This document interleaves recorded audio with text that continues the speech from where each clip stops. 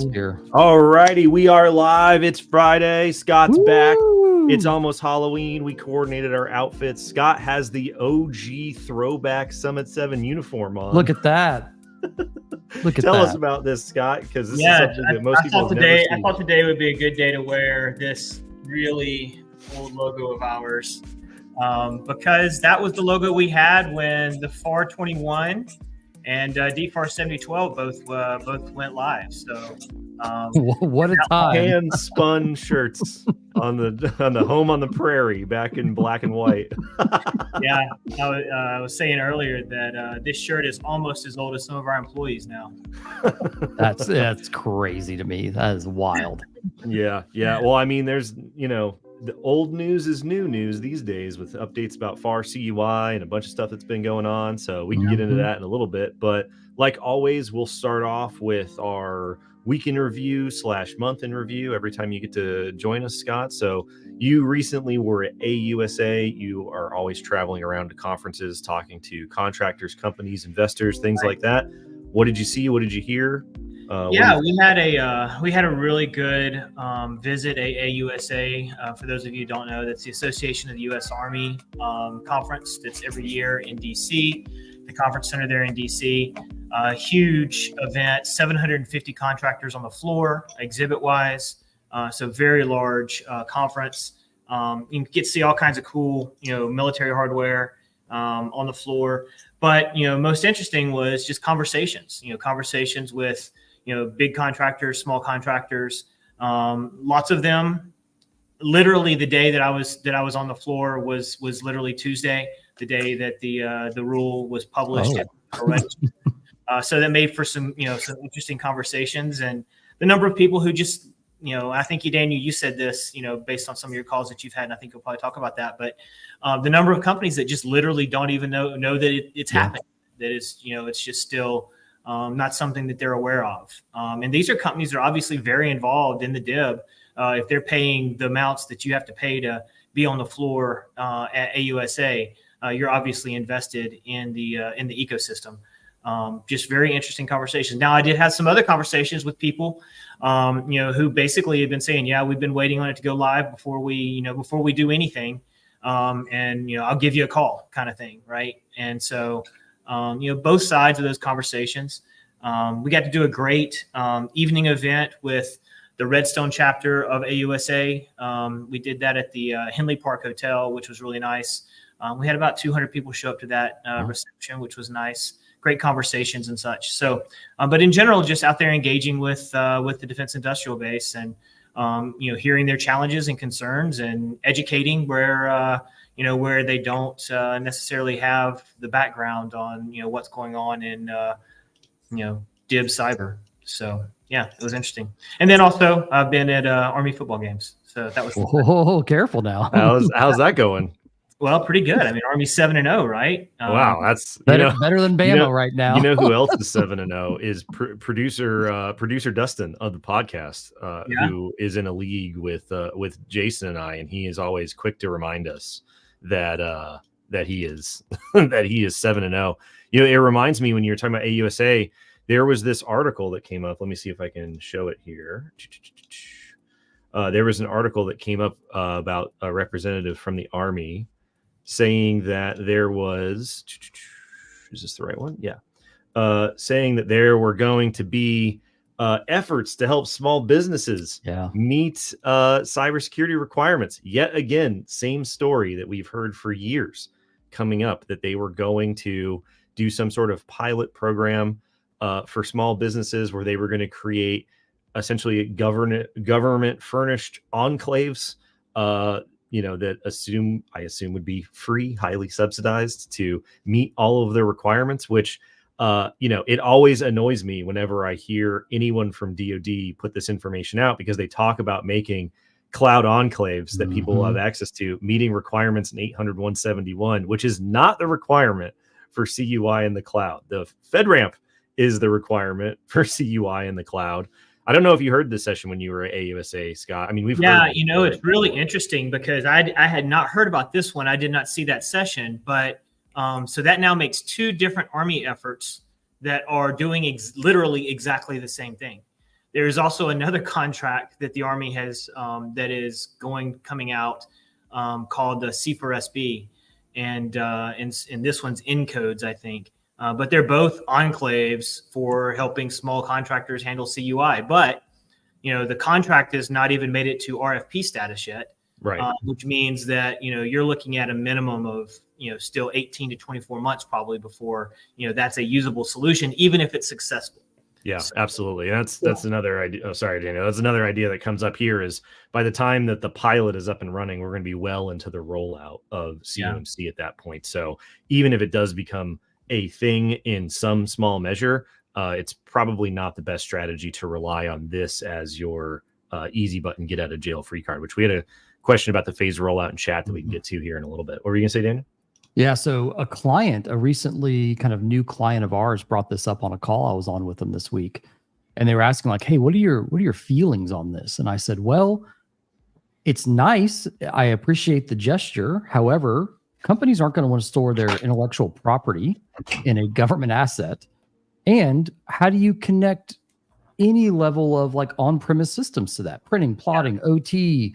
Because CUI doesn't just exist in a nice little VDI for a lot of companies, right? I mean, that's a great initial landing zone, but in reality, like it's not really going to be useful, in my opinion. I appreciate the gesture. I would rather that SBA and the DoD maybe do tax breaks or some sort of like incentive fund or something like that, because this solution, in my opinion, is going to fall flat on its face from an actual CUI process storing and transmitting side of the house. So. Yeah, for some reason there's this like conception that every small business in the DIB is somehow going to be able to operate cloud natively in a single enclave, and that's just not how data flow works, regardless of how small the organization is. There might be a few companies out there where that is the model that they can operate in, but it just isn't going to solve all things for all people the way that they often make it out to be. So, all right. Let's see. So, Daniel, how about what you've heard this week? You have heard about primes asking about CMMC status, just as we had predicted would happen.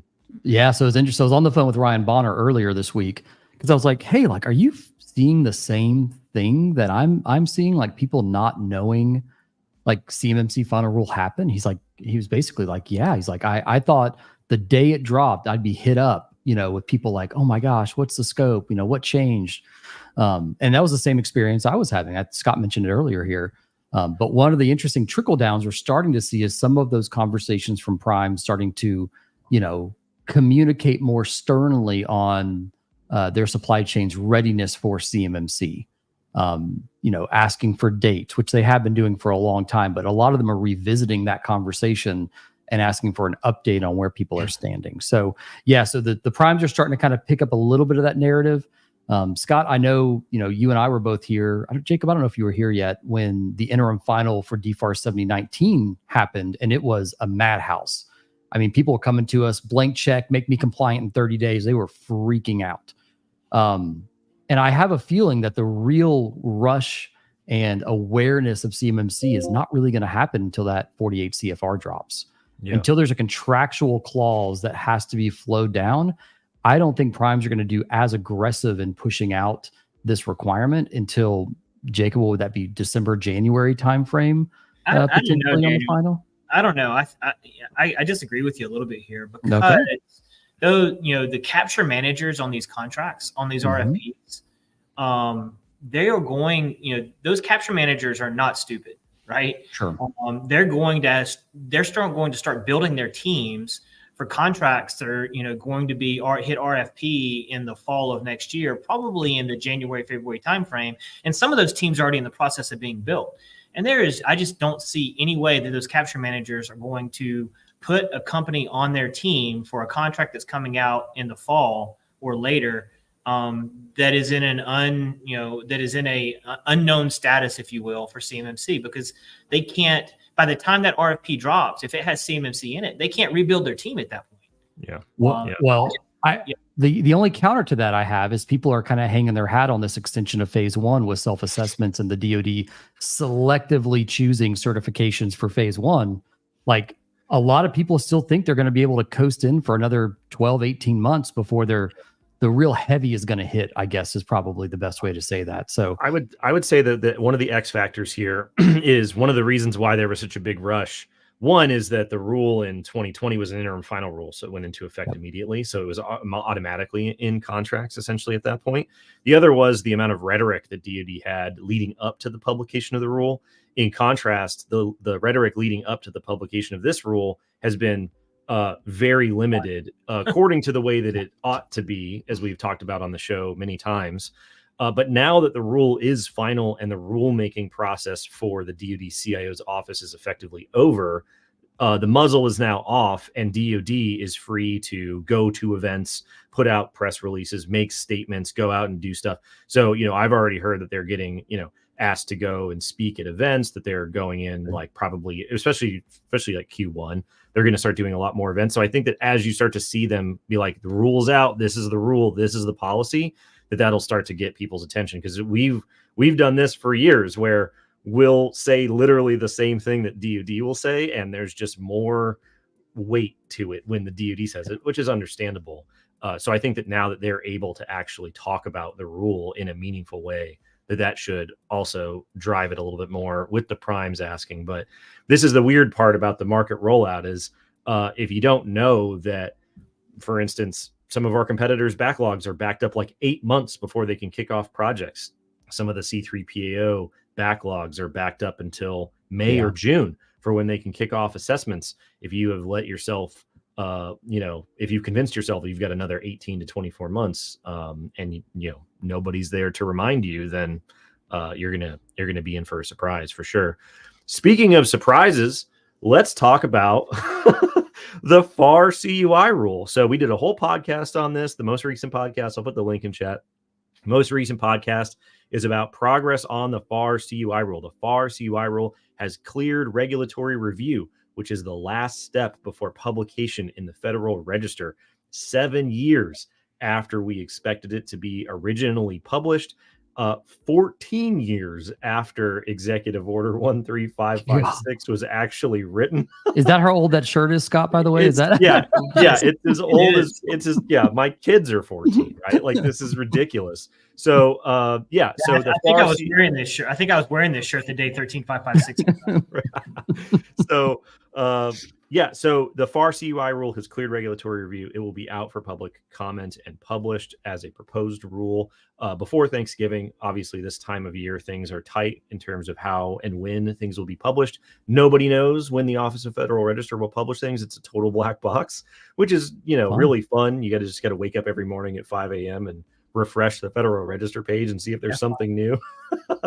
But there are a lot of people who got very upset on LinkedIn when I predicted that FedRAMP moderate equivalency is probably not a thing that's going to stick around long term, because FedRAMP moderate equivalency is an anomaly, right? It is a thing that DoD made up in 2016 to make things easier on industry. And anybody who has spoken with people at DoD knows they don't like it, because they're not getting assurance through equivalency, even through the improved memo, right? This is not a thing that they want to stick with long term. And so when the FAR CUI rule comes out, it will almost certainly not mention FedRAMP moderate equivalency. It will say CUI in the cloud, FedRAMP. And then that gives DoD, when they go to revise DFARS 7012, a clear option to say, oh, federal guidance says CUI in the cloud, FedRAMP, and then they can just rescind it. People got like actively upset with me on LinkedIn for, listen, everybody, it's just a prediction. It's just a prediction. I'm just calling them like I see them. Feel free to predict the opposite, but don't get mad at me for reading the tea leaves here.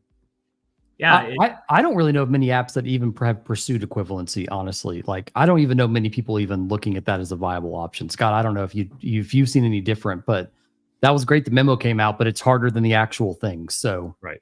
Yeah, I mean, DoD basically tried to kill equivalency with the memo anyway. I mean, exactly. They're already trying to do it, right? I mean, it was an active, they actively killed FedRAMP equivalency with the FedRAMP memo, even the revised one. Yeah. Yeah. Well, so let's talk about this before we get into some questions that are in chat. Speaking about FedRAMP equivalency and FedRAMP, Daniel, you had some interesting conversations this week. We've talked about this. Just because you have a SaaS application hosted in a FedRAMP environment does not mean that your application is FedRAMP. This is page 1, day 1 of Cloud Shared Responsibility Matrix Basics? So I have gotten to talk to a lot of SaaS providers out there in the space that think that because they're in Azure Gov, AWS Gov, the Oracle FedRAMP Cloud, because they are in these environments, oh, I can just check the box, right? I am going to inherit all the FedRAMPiness of all of these different, providers. And to a degree, yes, you're going to inherit some of those things, but that does not bypass your app getting FedRAMP. And so I was in a conversation this week that was a little bit alarming, and it just reminded me to ring the bell yet again on the live stream. There was an app that services in part defense contractors, and it was understood that there would be CUI in this application, and they were pursuing CMMC certification but weren't pursuing FedRAMP, and they would fall under the CSP category under the final rule. And you just start like, I had to ring the bell and I had to tell them, hey, certification's not what you're looking for. You're looking for FedRAMP equivalency or authorization at a moderate baseline.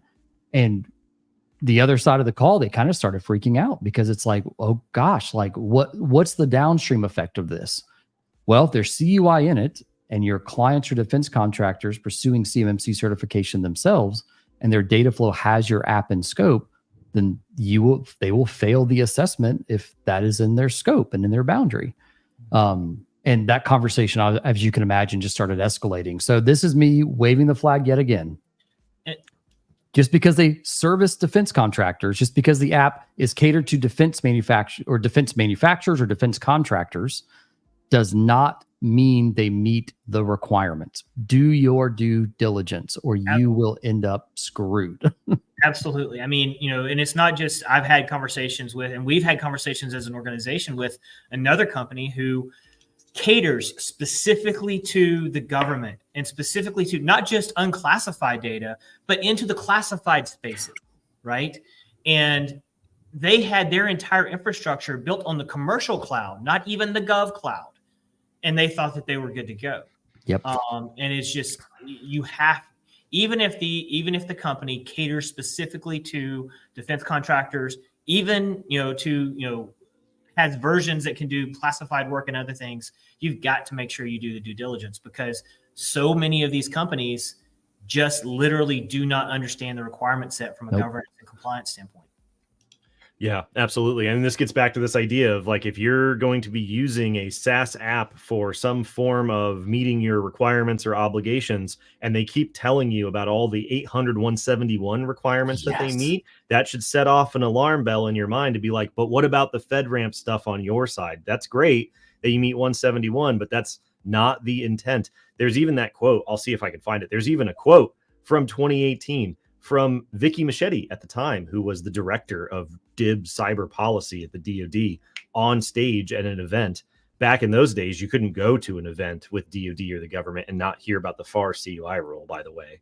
Anyways, she was explaining the clause in DFARS 7012 that says when CUI is in the cloud, it has to be FedRAMP moderate equivalent. And she specifically said, if they are telling you about 800, 171 requirements, that's not what you're looking for. It is FedRAMP requirements for CUI in the cloud. Hint, hint, everybody at the Army talking about your magical enclaves that are going to solve for 171. Anyways, Jonathan just made the comment, you're screwed in more ways than one. You also get smacked for wasting money once the contract shakes out and the reality is the solution isn't approved. Like, man, that is real. Now you're wasteful in picking a solution that ended up resulting in a failed assessment. So yeah. What a headshot though. Powerful headshot. That is power. Look at it. Good job. Good job. All right, let's see here. So somebody said, not often talked about, but should address the 6-year retention on body of evidence proof with CMMC. This was the first meme that I made in the wake of the publication of the rule. Oh boy. So it was not an accident, was it? This is not an accident. This is not an aberration, right? Can you zoom in just a hair there, Jacob, on your screen there? What's up? Can you zoom in just a hair on your screen there? We'll zoom in all the way on this bad boy. There we go. Enhance. Oh, where'd it go?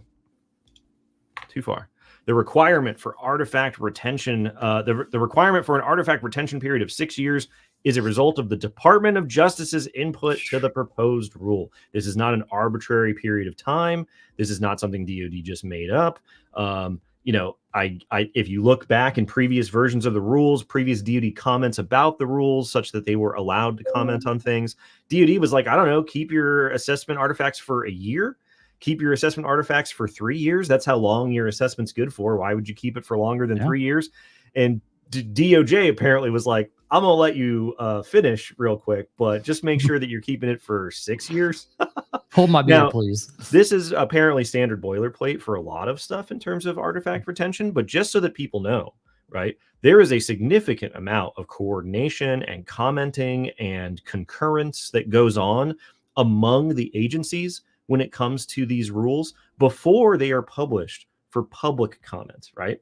This is one of the reasons why public comments don't really have a lot of leverage over the contents of rules once they're published, because they've gone through so many checks, so many verifications, so many legislative and executive order mandated analyses, so much comment period back and forth before it's ever published, that by the time it actually shows up for public comment, there's a lot of inertia behind it. So I'm very happy that they included this clarification here to say, this is not our number. This is DOJ's number. And as we just heard earlier this week, settlements are coming out with universities for False Claims Act issues in cybersecurity when people are not compliant. So DOJ is telling you to make sure that you maintain your assessment artifacts for twice as long as your certification is actually good for. So just so you know, that's where that number is coming from. And it is a requirement in the rule. All righty. Let's see here. Jonathan had a follow-up to that in the chat. They say you need to retain for 6 years. Who's maintaining it? Is that the C3PAO is responsible? Nope. Is that it is the organization itself? Okay. Yep, the organization. Yeah, the C3PO doesn't maintain any of your assessment artifacts. Now, they might maintain the data on their end that's relevant to the statuses that they uploaded, but your assessment artifacts are not maintained by the C3PAO. So you're responsible for maintaining that data, which maybe gets back to our conversation that we've had previously, Daniel, about long-term data storage and the cost of keeping it hot, keeping it cold, being able to retrieve it. We talked about this last week in terms of the fact that it's cheaper to store it in a format that's harder to get to, but it's more expensive to get out. But this kind of harkens back to one of those controls that was pulled out of CMMC 1.0 when we went to 2.0, but backup retention, right? Yep. Better make sure you have a good backup solution set. You don't want to lose those artifacts. Nope. Yeah, absolutely. All righty, let's see here. Eyes Wide Open said, I'm trying to understand phase 1 and whether or not all level 2s will need to self-attest whether they are meeting the 110 controls in CMMC, or if only the level 2s with non-prioritized acquisitions. So the way that initial phase for the rollout is working is they're saying, well, we're only going to do self-assessments at this level. I don't think that what DoD means is that they're only doing self-assessments for contracts that would otherwise need C3PAO assessments, if that makes sense, right? Like, I don't think that they're going to say, well, this would need a third-party external certification, but since we're in the first year, we're just going to allow them to self-assess. That may be what they mean. Somebody should get clarification from DoD if that is what they mean.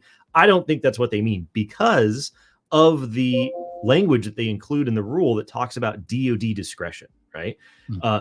In all of the phases, and especially in phase 1, they say, yeah, this is just self-assessments for level 2, but it's up to our discretion. And the requiring activities and the program managers know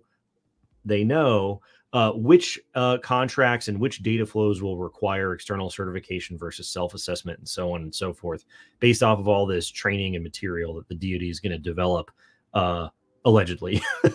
So I think I think that much like the issue with the primes is that it's not going to be a monolithic rollout, right? It's going to be highly variable depending on which program you're downstream from, which data flow you are in the current of, which program manager preferences happen to affect what's going on in your particular corner of the world You're going to have some that are going to try to get away with as much self-assessment as possible. You're going to have some that are going to throw discretion out of the window, and they're just going to default to external assessment for everybody automatically. And there's a lot of reasons why that might happen. But I don't read it as we're just going to make everything a self-assessment rather than an external assessment, just because we're in phase one, because of that emphasis on DoD discretion. So the DoD timeline is not the primes timeline for you. So like Jacob, we've talked about this before. Scott, we've talked about this before. Like the primes have to hedge their bets on who they're going to be able to work with, and them knowing how long it takes for a company to achieve compliance with assessors already booked out till April, May, at least the ones that we're talking to, 6 to 12 months on the low end of being able to kind of fully adopt and be CMMC ready for a lot of companies. Like they're going to come out of the gate swinging hard. So that phase one, to your point, Scott, like people doing teaming agreements or building BD teams, like they're going to be really nervous if you're not actively ready to get your certification, because it's a huge corporate risk for them. And I really hope to see that kind of flow down language be communicated more harshly, I guess you could say, to the supply chain. Because if the L2 is certification at a prime level, then the sub has to be L2 certified. There's no self-attesting downstream, as Jacob puts it. It's like the self-assessment or the exemption that is at the contract level, not the contractor level. Yeah, absolutely. Let's see here. All right. So Jack said, with the 32 CFR planned to be final December 16th and ending the joint surveillance opportunity and the CMMC assessment guide needing to be updated, does this put a gap in time where CMMC assessment with certification capabilities for a period of time? So let me see if I can rephrase this, make sure I'm getting the question correctly. So the 32 CFR rule is effective mid-December. So it's 60 days after it's published. It goes into effect as actual policy. The effective date of the 32 CFR rule is the last day that a joint surveillance assessment is eligible to convert into a CMMC level 2 assessment. Reminder for everybody at home: if your joint surveillance assessment is scheduled after the effective date of the rule, you need to call somebody. So there also, it needs to be the published final version of the CMMC assessment guide, the CAP. So does that create a gap where CMMC assessment with certification would end from the effective date of the 32 CFR rule until the start of official C3PAO assessments? Potentially, but I don't think that there will be much of one, because they've been working on the final CAP for some time. We know several of the C3PAOs that have been involved in the meetings to develop and draft the final version of that document. And they have 60 days from the end of the rule before it's effective. And everything that I've heard says that the final version of the CAP will be published within this window that we're in before the effective date of the rule. So I don't think there will be much gap at all between the time that joint surveillance assessments end and C3PAO assessments begin as commercially available. I'm sure that if there was some amount of gap, that the C3PAOs who have clients booked will adjust for that. For most people who are not in line for an assessment, if you were to call a C3PAO today, they're not going to be able to get you started for many, many months. And so any of these gaps that might occur between the effective date of the rule and the start of the final assessment guide and so on and so forth will be in the past, far, far in the rear view mirror by the time your assessment date could even be scheduled at this point. So potentially a small one, maybe. I don't think it will be very large if there is one at all. And for 99% of people, it wouldn't matter anyways, because by the time they're going through assessment, it would have been figured out. Yeah, another thing kind of on the flip side of that was from December 16th, I actually had a company tell me that they had their CMMC L2, not a JSVA, a CMMC L2 scheduled for November 16th. And I was the math doesn't math there. Interesting. So I don't know what C3PAO they're working with, but I don't know if they've got some kind of assessment and then revisitation after the 16th to finalize or something like that. But I thought that was a good take. Yeah, I don't know. All right, let's see here. Aaron says the mega primes are still sending us CUI via email, even though they're hammering us for CMMC compliance. Daniel, I'm sure you hear this come up on calls quite a bit. Where I hear the classic over marking or no marking. It's like it's two spectrums. It's either they're sending everything CUI hey, you want to go have lunch? Disclaimer at the bottom of the email. Hey, this contains controlled and classified information. Or they're just not marking it at all. And then the companies are like, what the heck do I do with this? And that's where that fun narrative around Christian doctrine of like, I feel like it's CUI. Should I treat it as such? What's the requirements? I actually got emailed today with a disclaimer at the bottom, full distribution statement. Full distribution statement for export controlled, sitting at the bottom of their email on every email this company sends out.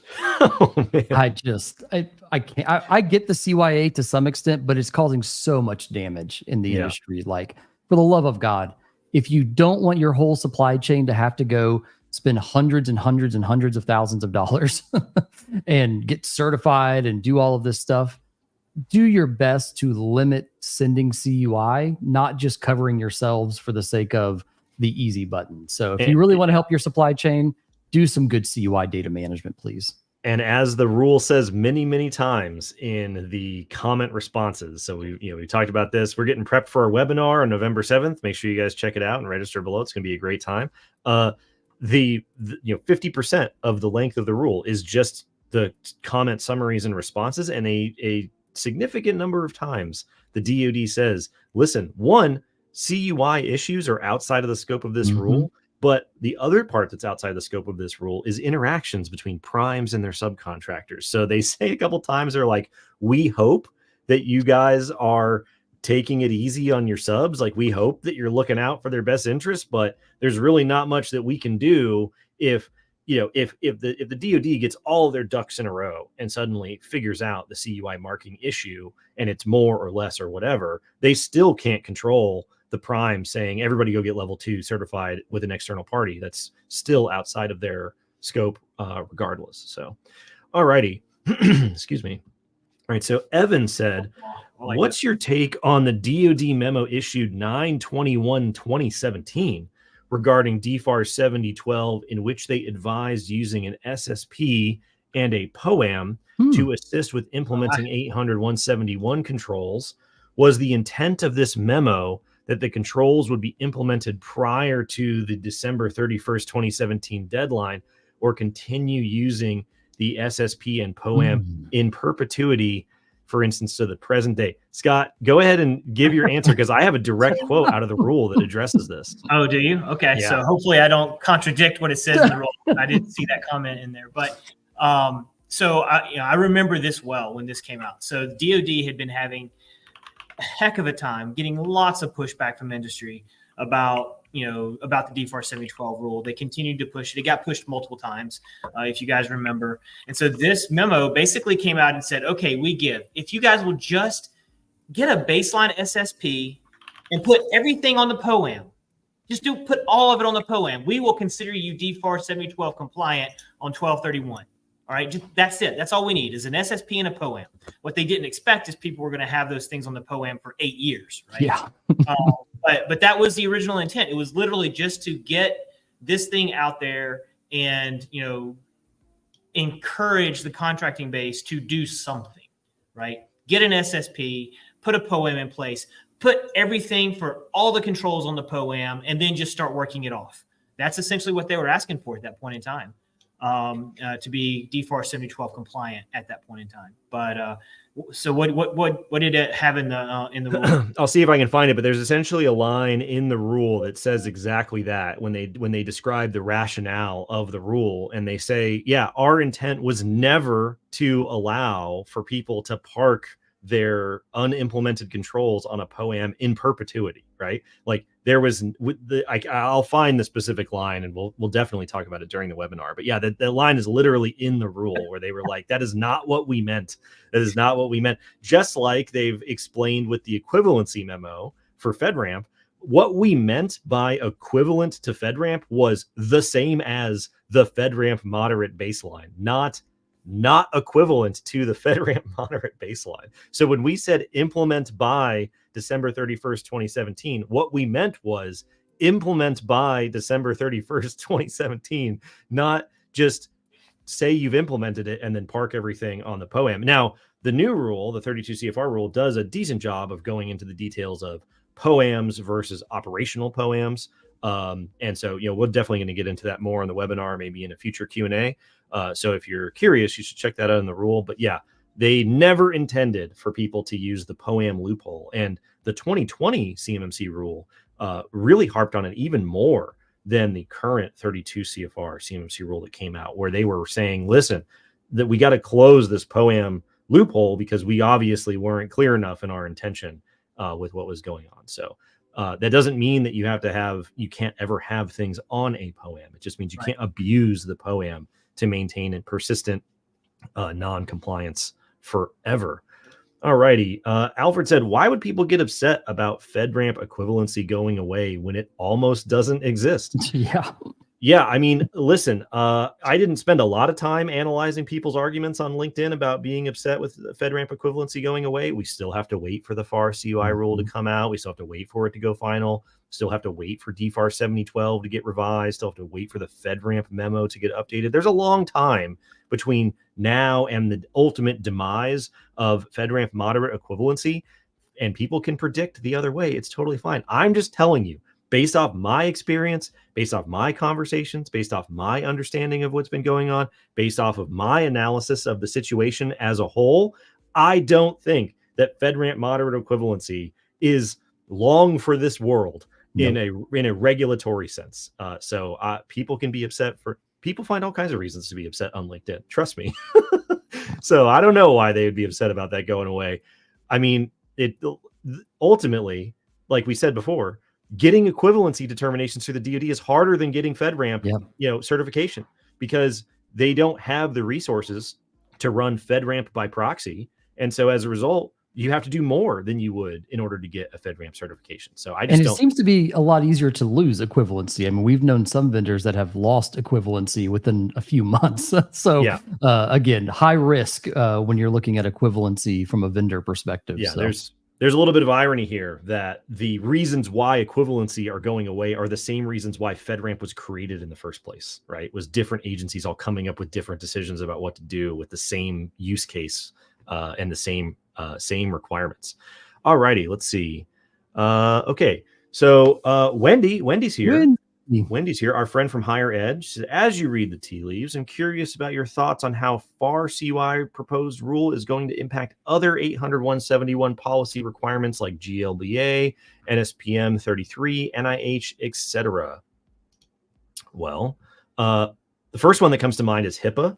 And the second one that comes to mind was, I cannot remember the name of the OMB memo, but there was an OMB memo that came out in 2018. I cannot remember, regarding the protection of PII information. So I feel like what's going to happen is, in the wake of Chevron deference being overturned through the Supreme Court, in the ongoing debate around harmonization, regulatory harmonization, cybersecurity requirement harmonization, the FAR CUI rule and the federal CUI program is going to be brought back from the brink, essentially, and used as a mechanism for harmonizing these overall efforts, because what the federal CUI registry is, what the NARA CUI registry is, was NARA going through every existing authority on the books and aggregating them together, deduplicating them, normalizing how they're described, normalizing how they're marked, normalizing how you reference them.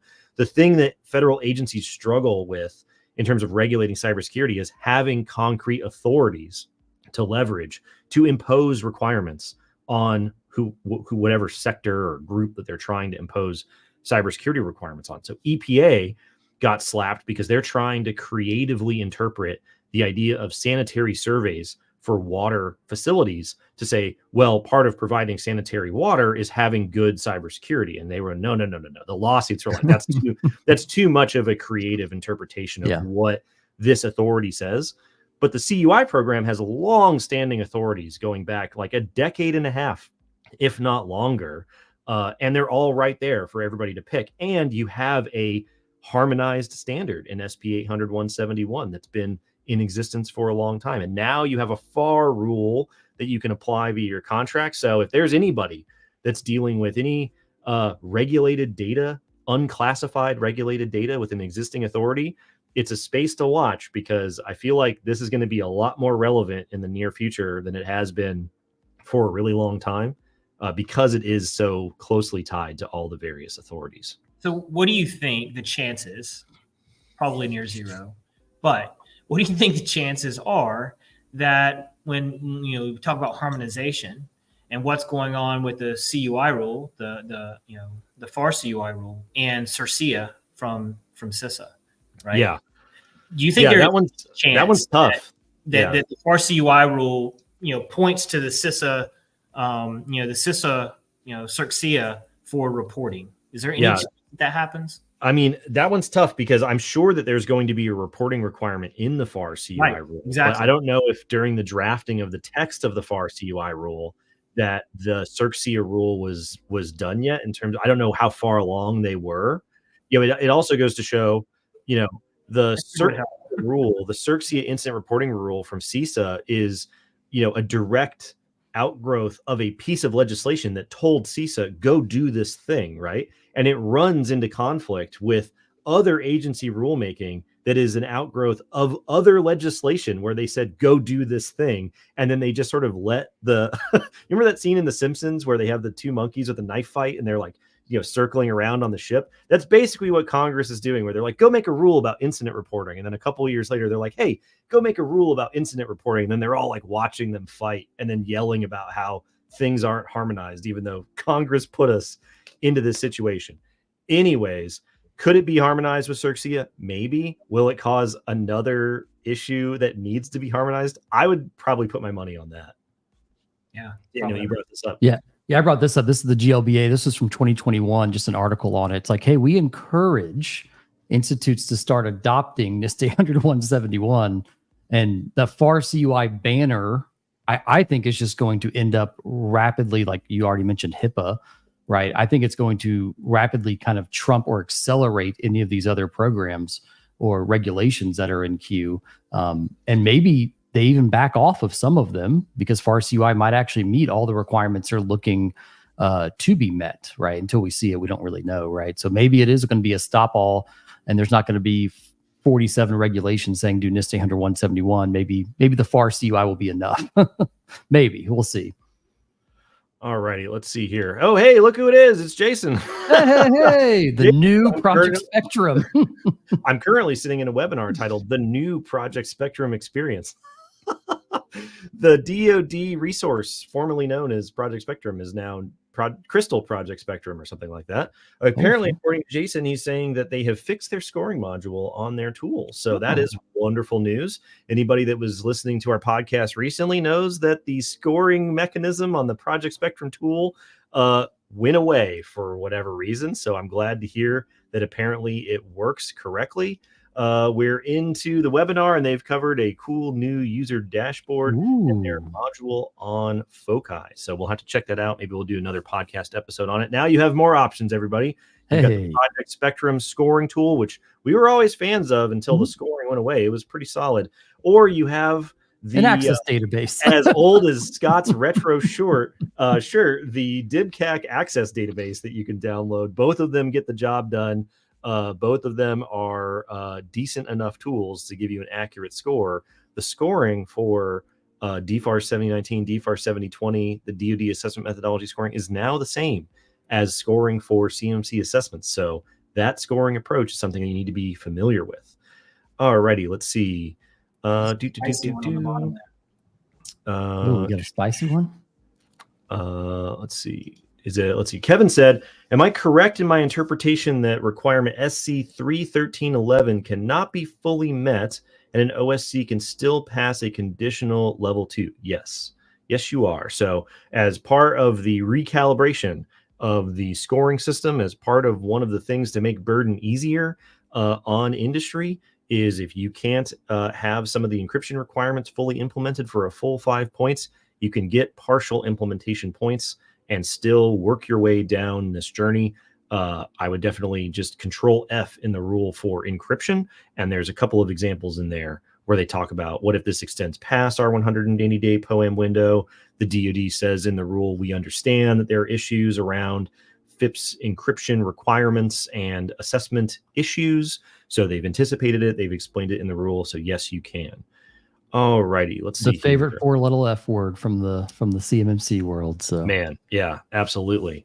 All right. So somebody on LinkedIn said self-assessment is good to get a sense of posture. However, we have a couple dozen subcontractors who have already received their letters from a few primes to get CMMC no later than the end of Q1 2025. There we go. Hold on, let me look, because this is not a plant. We did not. This is not us on LinkedIn putting this in here. It's an issue with StreamYard syncing to LinkedIn. You're gonna find the person. Sean Holbert said this, everybody. So don't come for us.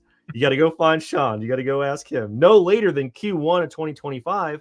Well, that is very that's an odd time, because as we know, the 48 CFR CMMC rule, the rule that will put the clause in your contract to say, go get level 1, go get level 2, go get level 3, will start rolling out into contracts once that rule is final and effective. And we don't think it's going to take as long to come out as a final rule as the 32 CFR rule did, because it's smaller, there's fewer comments, the scope is much narrower. And so Q1 2025 is right in that ballpark of when that's going to start happening. Unless all of them are already lined up with the C through PAO, they are not getting Q1 25. No, they've already missed it. It's young. If you're fully implemented and ready to go, you might not be able to get an assessment by Q1 2025. If you haven't started yet, you're definitely not going to make Q1 of 2025. What's the latest count on assessing organizations? How many do we have? 60, 70, something like that? It's getting up there. The AB Town Hall is supposed to be next week, so they should provide an update, and then Joey and Jason will go over it on the podcast. On the marketplace, it says 58. Yeah. Man, yeah. So that's a long line to get in if there's only 58. I actually looked at these numbers earlier this week. 58 C3 PAOs, 200 CCAs, and 1,000 CCPs. Yeah. Wow. Yeah. That's what's on the marketplace right now. Yeah, absolutely. Alfred said, yes, we have NIST SP 800-171 fully implemented, and we have 108 POA&M items that have been in place since December 31st, 2017. Yeah. I mean, this gets to a point where, nobody's fooling anybody on the DoD side here, where if it is a situation where you go, we're doing the security requirements, we've implemented the security requirements, we swear that everything is implemented, but if you make us prove that we have done so, we will leave the DIB entirely and never work with you again, might cause the department to be a little suspicious of your claims that everything is implemented if the only thing that is driving you from not being able to implement it is proving that you've actually implemented it, when they have such a long, humongous mountain of reports and evidence that show that they're not implemented. So, yeah. So we work with private equity or companies doing acquisitions all the time, right? So they want to buy companies, and one of the requirements that they're more recently aware of is CMMC and NIST, right? I can't tell you how many conversations I've had where they said that they were CMMC ready, or at least that's what they told the person buying them, only to find out after the window has closed and the purchase has been made, when more actual real due diligence was done, to find out that they were nowhere near it. So like, this even speaks volumes of, if you're going to acquire a company and CMMC has to be part of their requirements met to continue the contracts or the types of contracts they've historically gotten, please make sure to do that level of due diligence in earnest, because you might end up buying a dud. And the same on the other side. If you don't want to pursue CMMC, now's the time to sell before your company might be worth a fraction of what it's worth today because you haven't done this work. Well, kind of on the flip side of that, though, we have one company that was just sold from one private equity company to another private equity company. And they attributed a 10% increase in the valuation of their company because they were fully CMMC ready for certification. 10% valuation increase because of it. And that was them saying it. And that wasn't even prompted. We didn't even ask the question. Nope. And they came out and told us that they got a 10% valuation increase in their company because they were fully ready. If you are interested in that, we do have a case study under NDA that we're happy to share. So please reach out and we'll kind of show you what we're talking about there. Awesome. All right. So this was also a question that somebody left ahead of this Q&A, and now it's come up in YouTube as well. So this is a complicated one to get into. So just stick with us here. And we don't have a smooth set response where you got to practice these responses as you go through, right? So, okay, what is your take on the statement in the final rule as it relates to cloud service providers that store, process, or transmit security protection data, but not controlled unclassified information? They say the FedRAMP requirements for handling security protection data are therefore the same as that for handling CUI. Okay, so there is some very creative interpretation going on in the rule. And anybody that remembers the many hours of conversations that we have with Ron Ross regarding the revision cycle for SP 800-171, pretty much through all of last year, or maybe even a little bit longer. I think there's like 5 or 6 hours of our conversations with him. There is a line in the beginning of NIST SP 800-171 Rev 2 and Rev 3, and it says the requirements apply to components of non-federal systems that process, store, or transmit CUI. Simple enough. Or that provide security protection for such components. And NIST has never clarified what they meant by or provide protection for such components, right? What does that mean? What does that look like? What is that defined as? Are those assets? Is that data? Is that all requirements? Is that only applicable requirements? How do you know? Where does it end? How do we not end up in this situation of sort of infinitely chaining? Well, this provides protection, so does my doorbell count? Like, this provides protection. Does the cloud-based security tool count? Like, does it have to comply with 171? I thought only FedRAMP requirements mattered in the cloud. Why am I worried about 171 for a thing that's supposed to meet FedRAMP? Shouldn't that cancel out? On and on and on. NIST would never clarify what was going on. So now in the 32 CFR rule, we have these concepts of security protection assets, those assets that are not CUI assets. They're not handling CUI, but they are providing security protection for the CUI assets in your control environment. And the configuration data that's involved with how they do their thing is referred to as security protection data. And so these are CMMC definitions that, according to the DoD in the rationale expressed in the rule, are specifying and clarifying what that line in NIST SP 800-171 revision 2 meant all along, right? All along. So this new thing in CMMC, according to the way the DoD explains it, is not new, because they are clarifying the thing that has already been there, right? Stick with me. That's why it starts to get a little weird. So then they say security protection data requires, this is DoD's words in the rule, by the way. Security protection data requires protection commensurate with the CUI it protects and is based on how and where the security protection data is stored. The FedRAMP requirements for handling security protection data are therefore the same as those for handling CUI. The definition of security protection assets is consistent with its application in the NIST SP 800-171 revision 2 abstract.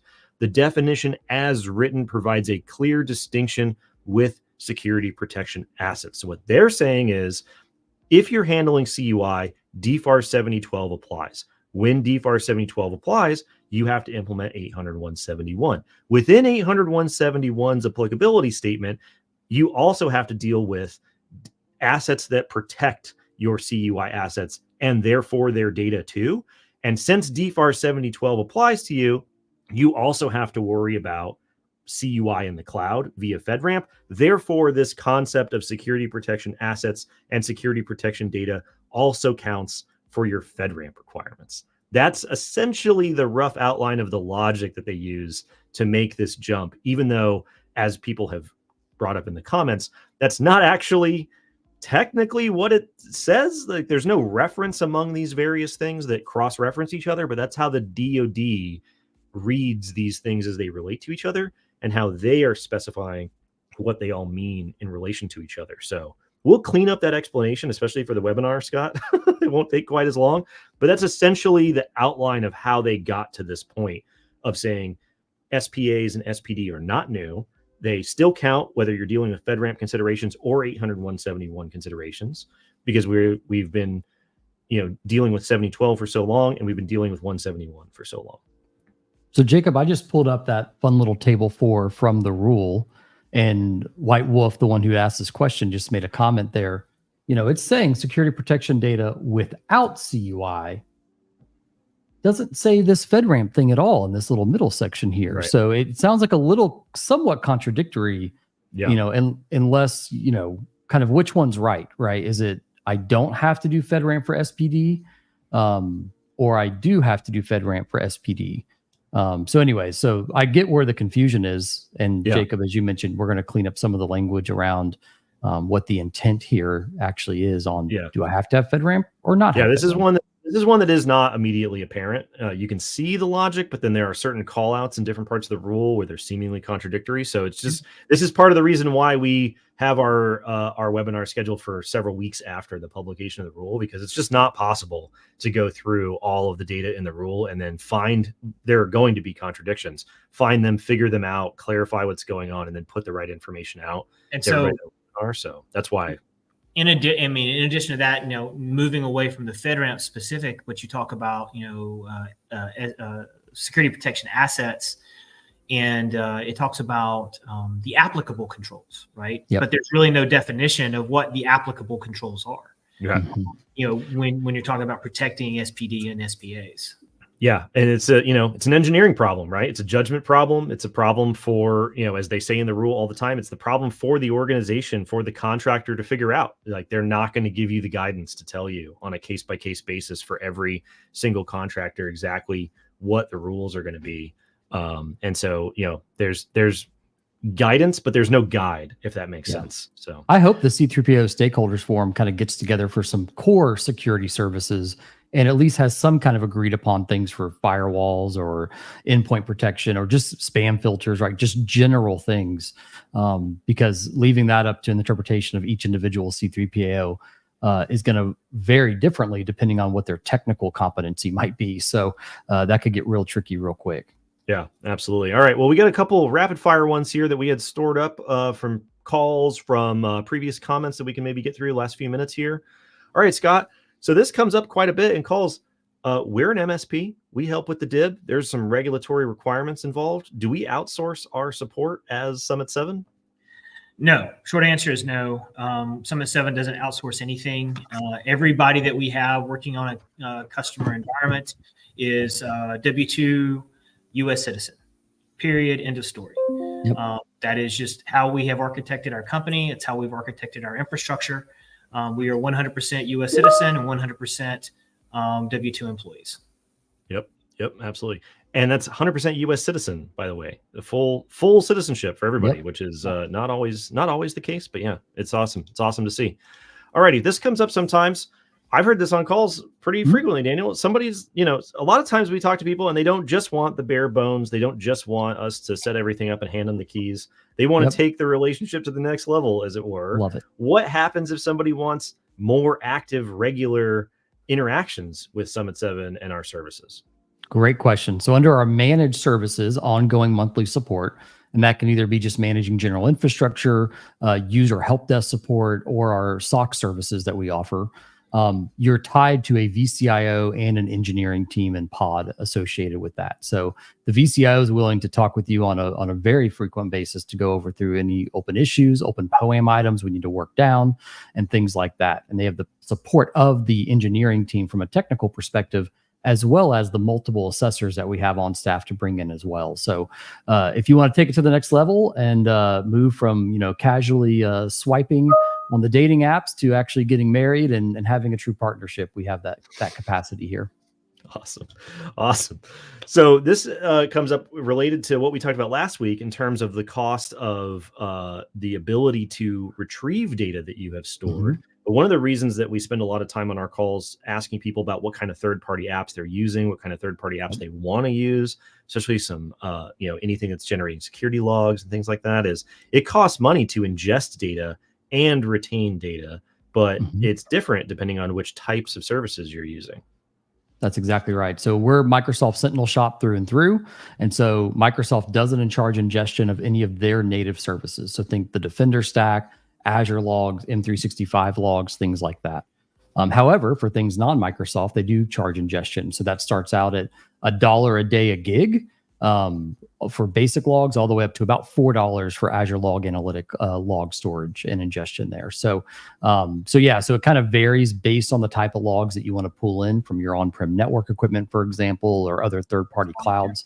So if you have any specific use cases there that you're interested in to price out how much Sentinel as a SIEM would end up costing, feel free to reach out. We'd be happy to help. Awesome. All righty. Well, that's exactly an hour. And Scott, it's always great to have you on here whenever you can make it. This time next month, by the time we have you back, Scott, we might have a FAR CUI rule published and able to talk about. I have a very strong feeling that it will be out before we see you again on the live stream. So everybody be sure to tune in for Scott's reaction. He'll have his roller skates, afro, his bell bottoms, and it'll be just like it was back in 2010 when the executive order was written. Oh my gosh. Yeah, I look forward to it. It's kind of crazy that we've gotten to this point. Obviously, it's been a long road, and it's getting interesting out there. So yeah, absolutely. We have our CMMC final rule 32 CFR on November 7th, so be sure to register for that. We do a weekly live stream Q&A on LinkedIn and YouTube. You can always find that here. We do a weekly podcast that talks about all things related to CMMC and adjacent to CMMC. The next podcast that'll come out next week will recap the Cyber AB Town Hall, all things involved with training, Keiko, assessment takeaways. Our esteemed colleague Joy Beeland was just on a assessment recently this past week, so I'm sure she's gonna have lots of interesting thoughts. So be sure to check that out, and we'll see you guys next time. See you guys. Thanks for Happy joining. Halloween. Like and subscribe, right? That's right. Like and subscribe.